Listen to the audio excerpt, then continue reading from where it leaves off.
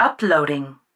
Mortas has lost her port shield, sir. It is unlikely they will withstand another hit in that quarter. Their primary life support has failed, sir. Mortas has put out a general distress call. That's real. Plot a course to take us safely away from the combat area. Have impulse. Before we delve too deep, let me go ahead and address two different criticisms. The first one is, well, this. Jesus, do you just hate everything about Star Trek and/or Starfleet? All you ever do is complain about how evil they are. Why don't you go watch something you enjoy? I've said it before, and I'll say it again. I don't hate Starfleet, I don't hate the Federation, I don't hate Star Trek overall. In the end, the writing is what it is. And though it is that way, do not blame me. And not for nothing, but the fact that I can find flaws in Starfleet personnel means that they are actually human, that it's something that we can obtain as people, which means that we have a chance of becoming them, something that would make the world a lot better if it ever happens. So I'm kind of glad they have flaws. It means one day Starfleet might actually exist in our world.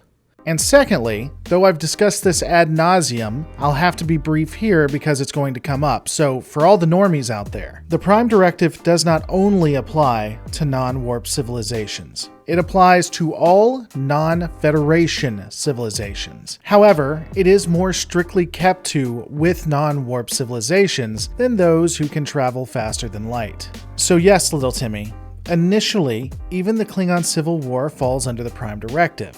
Though arguably, when the Romulans intervene, there is something that Starfleet can actually do, even though they decide not to. That's an essay for another time, but beyond that, let's just get into it. Does the Federation dictate Klingon destiny? Or do we? Follow me, and I will show you honor. The crux of TNG's Redemption Part 1 and Part 2 is that, well, there's a civil war that involves the Klingons. During this war, where honorable warrior fights honorable warrior, the Romulans are working in the background and are supplying the rebels that want to overthrow the Klingon government. The Federation doesn't like that the Romulans are getting involved, and now we have a very messy affair. When analyzing this Klingon conflict, it really strikes me how involved both Starfleet and the Romulans are, and yet both of them claim not to be. Ironically, the Federation's involvement is a lot more obvious than that of the Romulans. Starfleet has a strong military and scientific alliance with the Klingon Empire. Starfleet has promised security assurances that should the legitimate government of the Klingon Empire come under threat, that Starfleet would be there to assist. Additionally, the captain of Starfleet's flagship, Jean-Luc Picard of the USS Enterprise D, specifically handpicks the successors of the Klingon people. So, with a military alliance, and also someone who ensures what dynasties control the fate of the Klingons, to say that the Federation's hands aren't clean is an understatement. And this is honestly a legitimate threat to the Romulans. With a Federation-Klingon alliance, their influence in the Alpha and Beta quadrants would be drastically diminished, and there would be no way of winning a war against either power. The Star Empire would obviously and legitimately want to counter this threat to Romulan security. Hell, even after the Federation pledged not to build any more Alliance outposts west of Nimbus 3, the neutral zone would continue to be reinforced with Starfleet assets. Not only that, but when the Duras family makes their claim to the throne to take over the Empire, it's that same Starfleet officer that decides Gowron should take the throne, not them. Even though there is an actual argument for right of succession for the Duras family. And of course, after this act of quite obvious non-interference by Starfleet, the Duras family rallies a rebellion against the legitimate Klingon government, and we're off to the races. Even the beginnings of this war are steeped in nuance. Both sides seem to have a legitimate concern, though I would argue the Romulans are more in the wrong than the other two. But that said, the way the Federation acts is bipolar, if not schizophrenic. Mortas has lost her port shield, sir. It is unlikely they will withstand another hit in that quarter. Their primary life support has failed, sir. As an example, the USS Enterprise would refuse to help the Klingon capital ship as the Emperor begged for their lives. Two rebel ships had started attacking it, and they were about to be destroyed. But the captain of that flagship would continue to crown Gowron as the legitimate heir to the Klingon throne, and to discuss options on how to end the Civil War.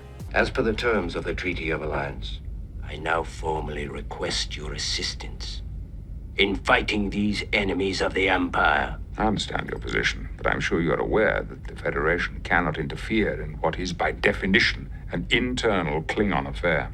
Though, once Gowron is in power, he requests assistance under Article 5 of the Federation-Klingon Alliance, which proclaims that an attack on one ally is an attack on all, and Starfleet refuses. It is claimed that this is due to the fighting being an internal affair, which, is fair enough, but do I really need to state how they've already been a part of the conflict? Additionally, while the Prime Directive would be applicable here due to it being an internal affair, we know that it won't apply in the future when the Romulans are involved.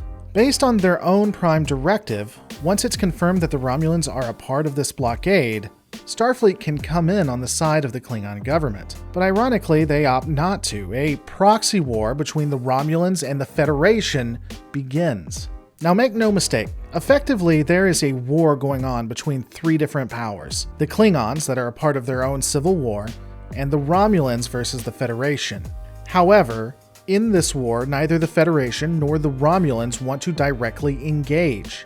And the reasoning does make some sense. If the Romulans and Federation enter into the war, this would spark not only in the Klingon area, but probably across multiple quadrants. It could become a war to end all wars. So to stop that, they indirectly assist the side they want to win. The Romulans provide aid in the form of supplies and intelligence to the rebellion, and the Federation, well, they aren't much better. They aren't providing supplies to Gowron, but they are providing intelligence, as well as working with him to sway public and political opinion. Both sides are doing everything they can, save for putting actual boots on the ground. It's honestly pretty horrific when you consider that both sides are sitting back and letting these people slaughter each other, creating direct change from afar. Though I guess it does somewhat work out for the Star Empire and the UFP. As long as both sides don't lose people, it's kind of a tidy arrangement. Their geopolitical needs are met, and they lose no resources.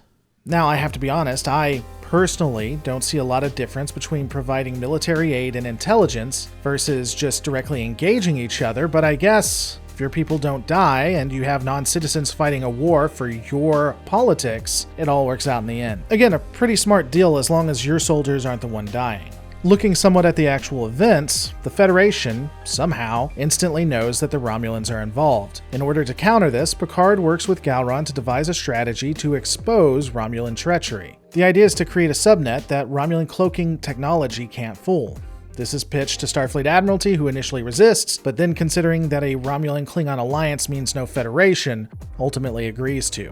Starfleet tasks 23 vessels to leave Federation space and enter into Klingon territory. Of course, this isn't getting involved in the war at all, they're just ensuring that everyone plays by their rules, because apparently the Federation is the arbiter of who gets to fight in the Klingon Civil War.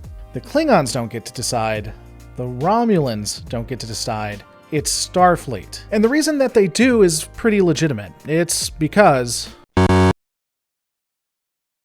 I know a lot of my essays are a lot more organized than what's going on right now, but I really just feel talking about the events here when you break it down is interesting. Ultimately, Starfleet are the good guys here.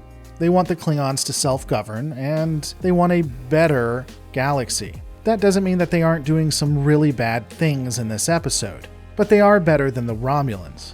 The Romulans are ultimately the one that's malevolent. We all know it. It's just interesting to watch and see that the bad guys are doing the same thing that the good guys are doing, and no one comes out of this unscathed. Picard would work with the military elements of the Klingon government, so that an all-out attack on the rebels would occur. While this is happening, Starfleet creates a ruse in an attempt to catch the Romulans in the act, and thus shame them into not assisting the rebellion. This would mean that both the Federation and the Romulans would back off. Again, I belabor the point, but I don't think Starfleet really should get to choose whether the Romulans enter the fight or not, but ultimately they're able to dissuade the Star Empire from becoming a part of the problem. And because the Romulan Star Empire is not able to give backing to the rebellion, nor provide them with supplies, the rebellion falters.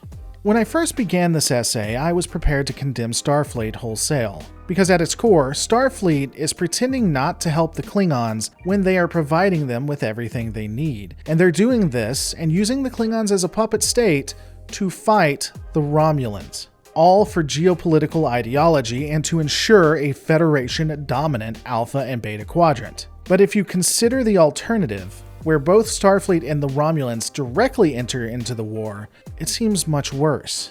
A war that involves Starfleet, the Klingons, and the Romulans would leave a broken galaxy. So the way the war is done here, where Klingons die while Starfleet and Romulans lie, while it's a nightmare scenario, it's a lot better than the alternative. It seems the best idea out of what has to happen. Of course, these are just my opinions. What are yours? Let me know in the comments below. Don't forget to rate, subscribe, and I'll see you on the next Lore Reloaded.